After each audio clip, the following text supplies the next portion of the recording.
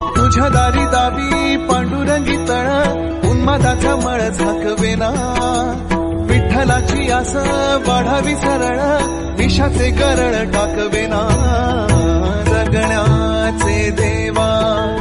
लाभ ऐसे बळ दुर्गुणाचा आज आपल्या दिंडीचा 7वा दिवस आहे आणि 7व्या दिवसाच्या मुक्कामाच्या दिशेने दिंडी आता पंढरपूरच्या दिशेने प्रस्थान करत आहे आणि आज आपला हा मुक्काम राहुरीवरून निघालेला आहे आणि तो डोंगरगण येथे आपला आणि आपल्या पालखीचा मुक्काम आहे आणि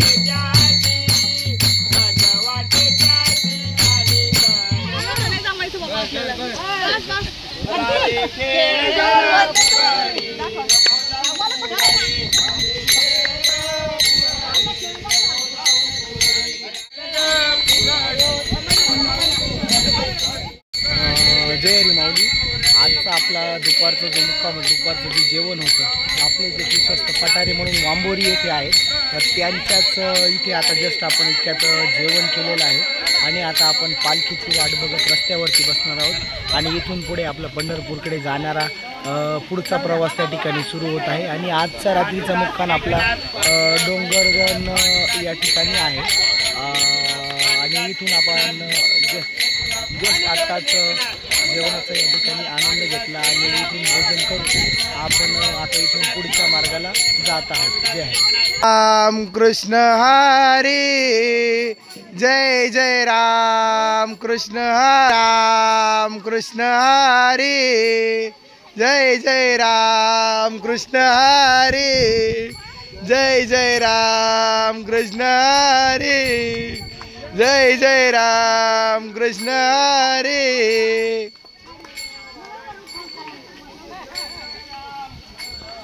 जय जय राम कृष्ण हरी.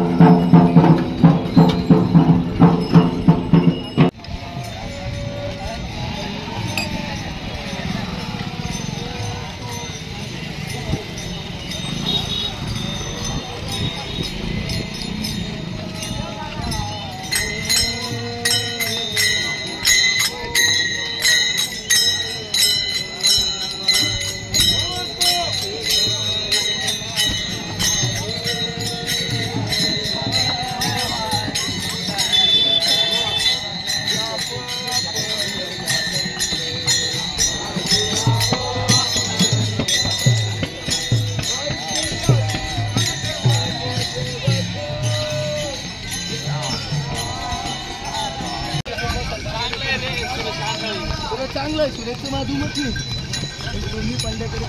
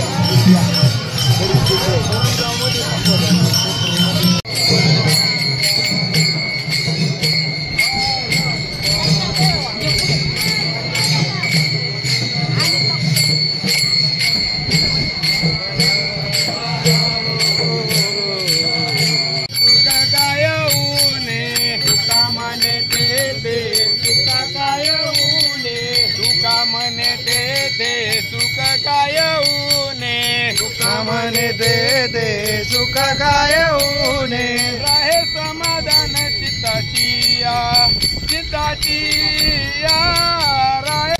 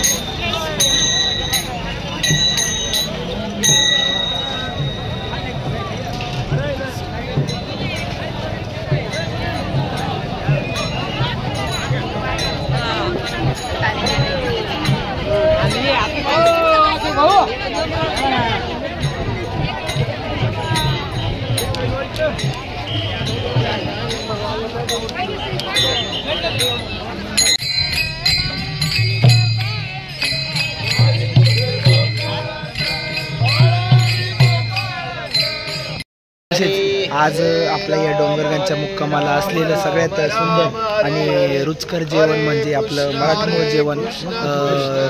आपण ज्याला शेंगोळे म्हणतो, गोदाची जिलेबी त्या ठिकाणी बनवली आहे. तर सर्वजण आपले जे वारकरी आहेत जेवणाचा आनंद त्या ठिकाणी घेत आहेत. थोड्याच वेळामध्ये मी तुम्हाला सांगतो की डोंगरगणवरची एक फार मोठी आख्यायिका त्या ठिकाणी आपल्याला बघायला मिळणार आहे आणि ती तुम्हाला मी सर्वांना सांगू इच्छितो. एक रामायणामधलं एक रामायणाचा खूप चांगला भाग त्या ठिकाणी या आपल्या डोंगरगणमध्ये